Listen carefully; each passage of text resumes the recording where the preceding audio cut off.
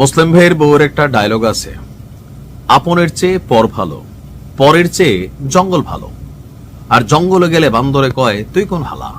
মানে আপনের চেয়ে পর ভালা, পরের চেয়ে জঙ্গল ভালা, জঙ্গলে গেলে বান্দরে কয় তুই কোন হালা। মানে ঘুরে ফিরে দিন শেষে আবারও তারা একাই হয়ে গেলেন।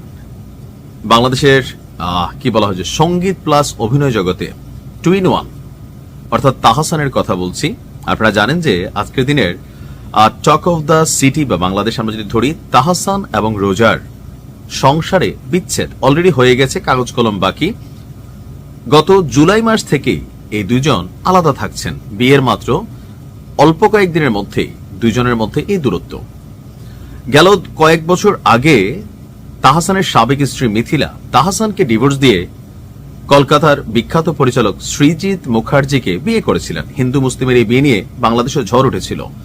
তো সৃজিত কয়েক বছর মিথিলার সাথে সংসার করে তাকে ডিভোর্স দিয়ে দিয়েছেন, বা মিথিলা তাকে ডিভোর্স দিয়েছেন। কারণ সৃজিতের আশেপাশে দুনিয়ার নায়িকারা আসে, দাদা কেমন আছেন আপনি, ওরে সৃজিত দা দেখো মুখার্জি কেমন লাগছে মাইরি, সত্যি বলছি। তো এগুলা দেখে মিথিলার কাছে ভালো লাগে না। মিথিলা মনে করছে যে তাহসান থেকে গিয়ে সৃজিত খুব ভালো হবে। দিন শেষে আয়রা নামক মেয়েটা হারাইলো তার প্রথম বাবা এক ধরনের, আর দ্বিতীয় যে বাবা ছিল তার সাথেও তার এখন দূরত্ব, অর্থাৎ মিথিলা একা। এর মাঝখানে গেল গত বছরে সম্ভবত bridal makeup artist new York এবং বাংলাদেশে যৌথভাবে কাজ করেন রোজা। নিউ ইয়র্কে তার একটা মেকআপ প্রতিষ্ঠানও আছে।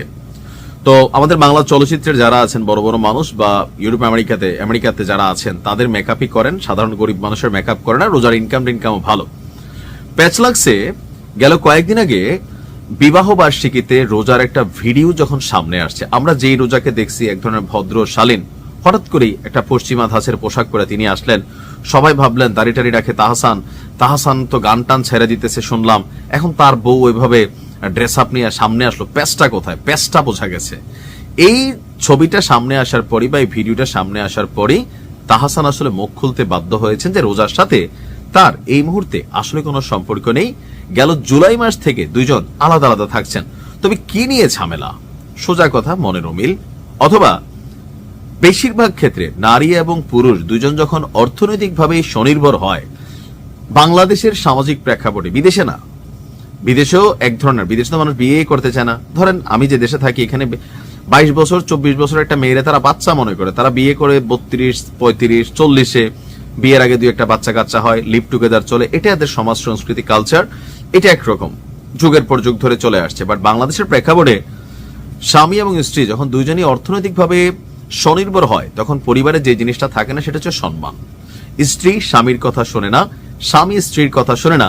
19 থেকে 20 হলে হ্যাঁ আমার কি ভাতের অভাব, এটা বলেই কিন্তু একটা ডিভোর্সের ইস্যু, অথবা প্রথমে আলাদা হয় তারপরে দেখা গেছে যে দুই পরিবারের মধ্যে ইগো প্রবলেম দেখা দেয়, সেখান থেকে ডিভোর্স। তো আমারও ধারণা তাহসান এবং রোজার সংসারে এই ইগোগত অথবা ব্যক্তির স্বাধীনতা এই বিষয়গুলো নিয়েই ঝামেলা পাকাইছে। তবে তাহসান এখনো মুখ খুলে বলেন নাই। তিনি বলছিলেন যে গত কয়েক মাস ধরে আমরা আলাদা আছি, খবরটা সত্য, ব্যক্তিগত জীবন নিয়ে প্রকাশ্যে কিছু বলতে চাইনি।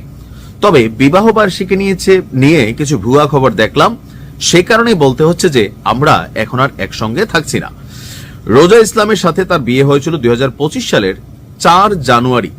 মাত্র 4 মাসের পরিচয়ে বিয়ে করছেন। বিয়ের জন্য 4 মাস এনাফ টাইম, কিন্তু পেস্টটা হয়তো অন্য কোথাও। প্রায় 1 দশক ধরে রোজা আপনার এই ব্রাইডাল মেকআপ আর্টিস্ট হিসাবে তিনি কাজ করে যাচ্ছেন।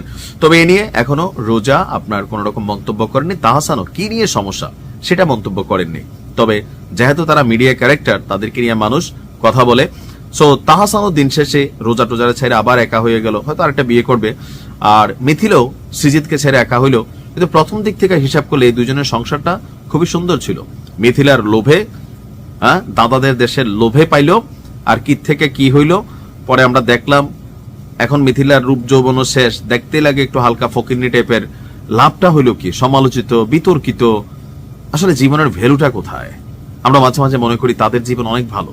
আসলে আমাদের জীবনটাই দিন শেষে আমার কাছে মনে হয় যে আমরাই ভালো আছি। ভালো থাকুন।